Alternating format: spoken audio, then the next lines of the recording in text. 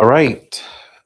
As you all know, we've been reading the book Theft by Abdulrazak Gurnah.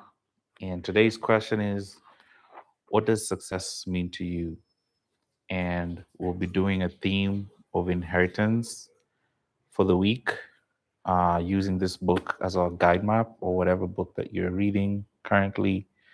I think it's so important to analyze life in our own lens in a way that we see fit through our own minds and through different ways and different things that help us learn about ourselves and life in general. So, the theme for the week is inheritance, and the question of the day is, what does success mean to you as an individual?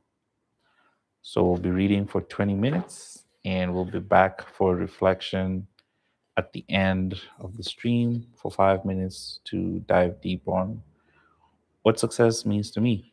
The reason I chose that question is because this book has a lot of influences on the parents of the kids and how they are trying to be successful in their own fronts, and also the kids growing up under the tutelage of their parents to be successful. So, what does success mean to you? We shall address that in 20 minutes, but for now, let's dive in and read. Let me set the timer.